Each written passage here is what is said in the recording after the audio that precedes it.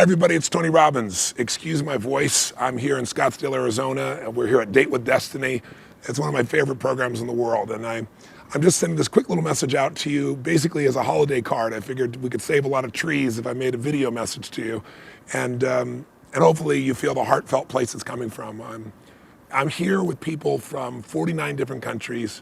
People, we have 3 different languages being translated here simultaneously. People that are committed to living their life at the highest possible level, and people that are facing enormous challenges in their businesses and their lives as our world kind of gets reorganized right now. This economic downturn has really shifted a lot of people's perception of what they got to do with their lives, and in a lot of cases for the better. And I don't know where you are in your life, but I just thought as you look at this season of your life, as we end 2009 and we move into 2010, I hope you'll extract out of this time the essentials that are going to give you an even greater life in the year to come, that allow you to appreciate that even the downtimes maybe have caused you to dig deeper, or maybe decide what you value even more. You know, in the 1920s in the US, they had those things called the Roaring Twenties. We all remember hearing about it. And in those times, people really focused more on things and less about family and about friends and about relationships. And I think the beauty of what's happened for a lot of people right now is they're starting to get to what's most important in their life, not just what they've been conditioned to believe. So I hope this year that you take in out of this year and let this year touch you, not kill you, not destroy you, but touch you, make you feel even more, and that you sit down maybe and give yourself a gift this holiday where you sit down and say, what were the most important lessons of this year? You know, what were the things that I treasure, that I want to remember forever, the magic moments? And what were some of the most challenging times? And what have I learned from that? And what can I take from that to make my coming year and this coming new decade, as we move into 2010, it sounds like a science fiction situation for many of us. What do I do to make that even better? And I want you to know that I'll continue. I've been sending out, I know you've seen different videos and clips to try to offer you additional inspiration and insights. I'll continue to do that over this next coming year, but I really hope that you'll take the time to be grateful for what's been great, decide what has not been that you can use, and take those lessons and invest them in your future. I mean, maybe the best core lesson is for us to remember is that, you know, no season lasts forever. You know, winter doesn't last forever. Emotional winters, financial winters, challenging winters. Spring is the next season, but we got to make use of winter when it's here. So I don't know, maybe you're in springtime. Maybe you've started something brand new, a new relationship, a new business, and you're really excited right now. Maybe you're in a position where, you know, you've been reaping the rewards of what you've done.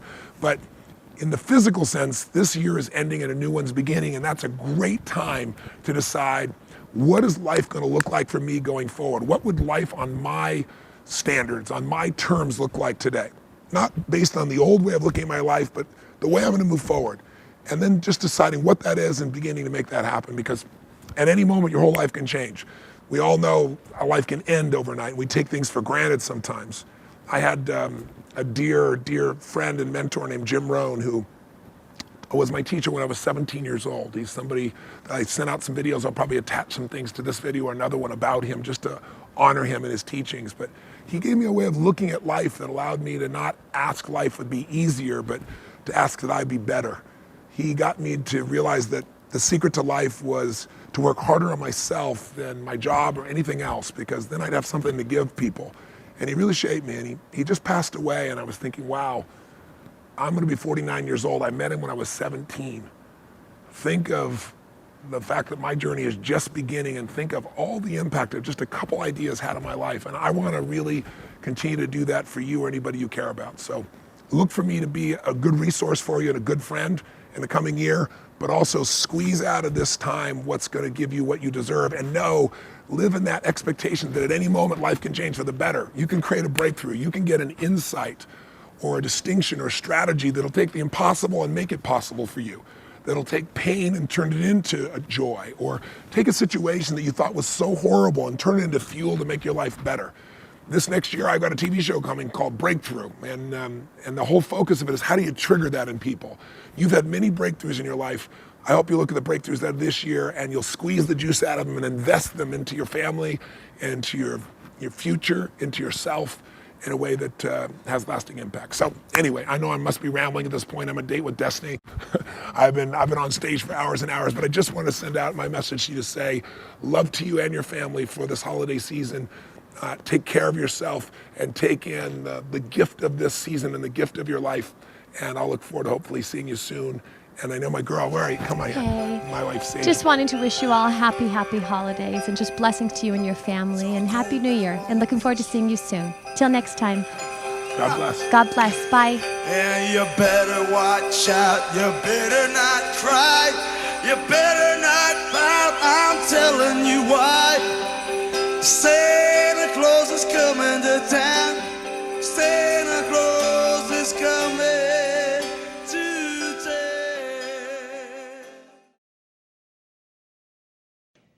Here was the best promise my mentor ever gave me. He said, Mr. Rohn, if you will change, everything will change for you. Wow, I took that to heart. And sure enough, the more I changed for the better, the more I changed from having a poor day to a good day, from lack of discipline to discipline. The more I changed, giving up old habits, acquiring new ones, the more my life changed, my income changed, everything changed. So solving problems, treat them as opportunities to amend errors in judgment. Errors that might bring tears, that might bring sadness, that might bring this cloud for a while. Wow, yes, that's how it was. Yes, that's where I made my mistake. But here now is like spring. Now is a new opportunity. And then we describe the now and the opportunity. But here's what's best, is to be able to transport someone into the future with their problems solved, with money in the bank, with their health restored. You can't restore your health overnight, so you've got to take someone into the future. In just a few months, you'll notice the difference. In the first year, it'll be incredible. By the end of the third year, I promise you, such an abundance of this or this or this change or this change, this kind of productivity, this kind of activity breeds this kind of productivity. Take somebody on a journey back, show them the present called opportunity, and then take them on a journey into the future. We must do that with our children.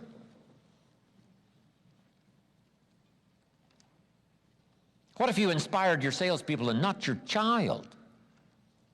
What if you took the people around you into the future, but not your family, to describe to them the possibilities, that if we work together, we can have the most extraordinary family ever, benefiting each other, drawing strength from each other. And here's how it can be. Here's how it's going to be. So make this note. The promise of the future is an awesome force. In the future, problems can be solved. In the future, fortunes can be won. In the future, productivity can be incredible.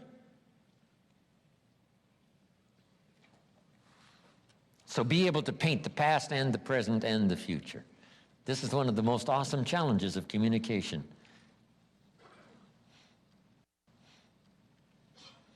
Here's one of the best ways to inspire someone else. Help them to see themselves better than they are. Sometimes we have to help people see themselves as they are. If your child is messed up, you got to say, hey, John, you have messed up. But here's the next clue, parents. Don't leave them in the mess. So they've messed up. How quickly could they turn it around? Almost overnight. What could be the promise of the future if they started walking a new road? Absolutely colossal and unbelievable. So we quickly go from saying, yes, you've messed up, no doubt.